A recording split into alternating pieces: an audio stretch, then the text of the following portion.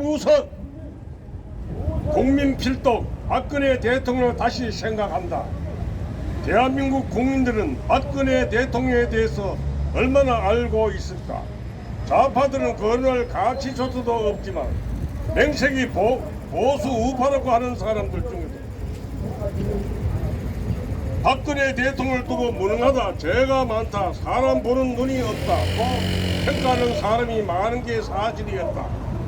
또 심지어는 탄핵의 책임을 지고 석고대죄하라는 사람들도 있었고, 대놓고 자기를 하라 또 막말을 한 사람도 있었다. 불법 탄핵을 한 가해자를 인원하기에 앞서 탄핵을 불법으로 당한 피해자에게 그 책임을 뒤집어 씌우는 고약한 심보가 아닐 수 없다. 그런데 탄핵을 한 가해자의 몸통은 누구였을까? 우리는 이번 미국 사태를 통해 미국 현직 대통령보다 더 힘이 센 엄청난 존재가 있다는 것을 알게 됐다. 현직 미국 집권당 대통령을 알기를 우습게 알고 미국의 공권력을 내 손바닥처럼 움직여 대통령 선거를 마음대로 조작한 세력, 바로 딥스라는 존재를 알게 된 것이다.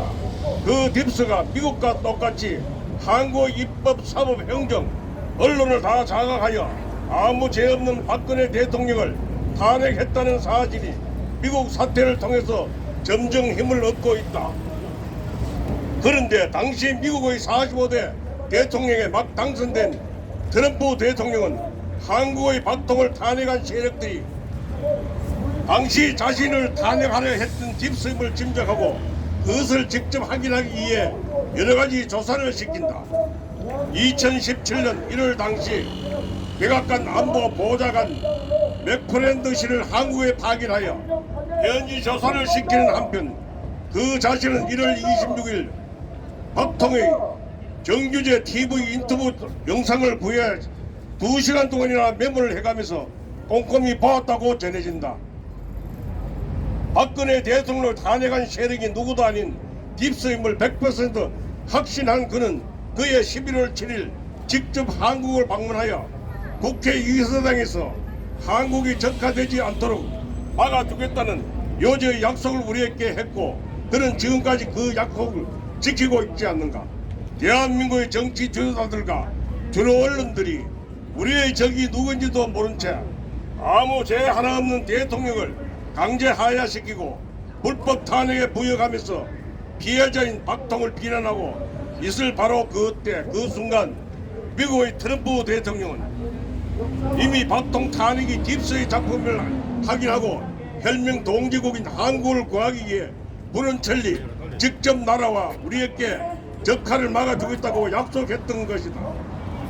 그런데 더 큰 문제는 조정동이나 국회의원 300명 중에서도 박근혜 대통령이 이미 나라를 2번이나 구했다는 놀라운 진실에 대해서는 모두가 한결같이 모른 채로 일관하고 있다는 점이다.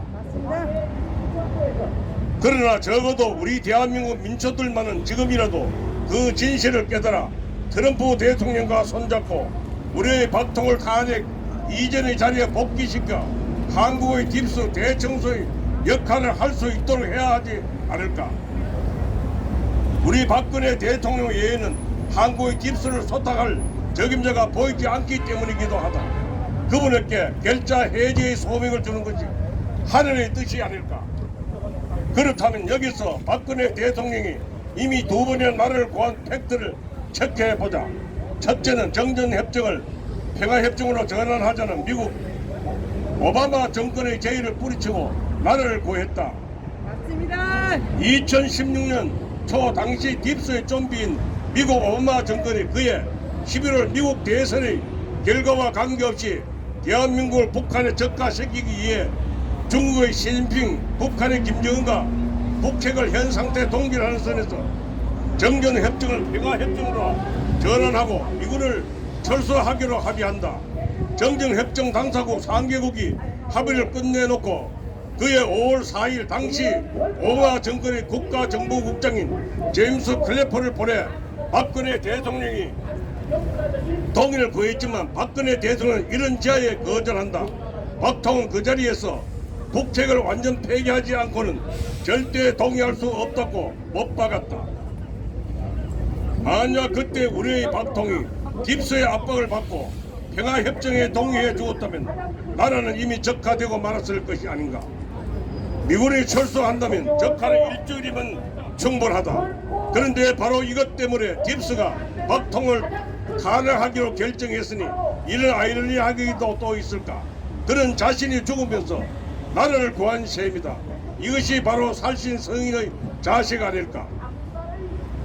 둘째는 2016년 12월 초 하해를 공식 거부하면서 나라를 구했다는 사실이다.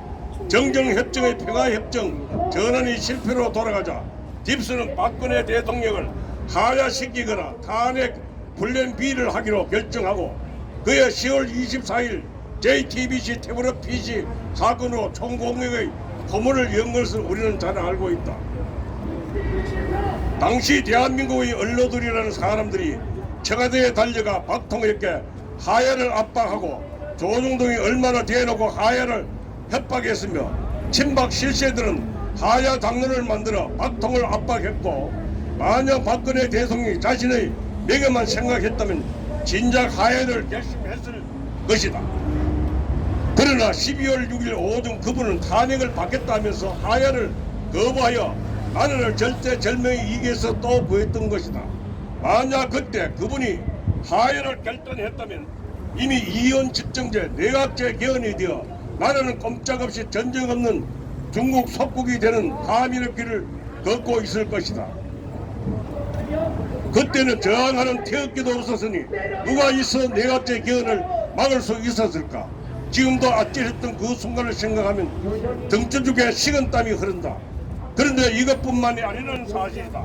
대한민국이 딥스에 완전 포위된 상태에서도 그분은 통진당을 해산했고 딥스의 황병인 민주노총을 법의 노조로 만들어 힘을 잃게 만들었으며 딥스의 계례국가 북한의 젖줄인 개성공단까지 일거에 폐쇄 조치하고 심지어는 겁도 없이 김정은 참수부대까지 공개적으로 운영하기도 했다.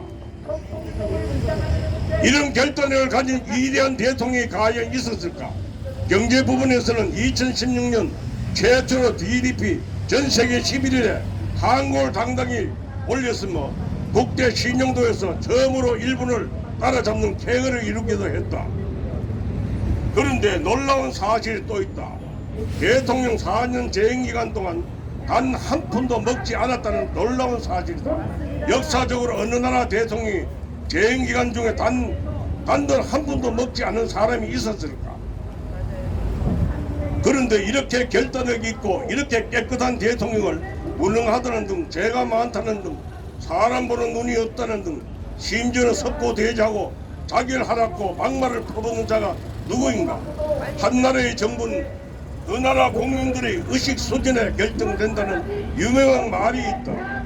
따라서 탄핵 사건은 어떤 의미에서 하늘이 민족에게 의식 각성이란 엄청난 기회를 주고 있는지도 모른다.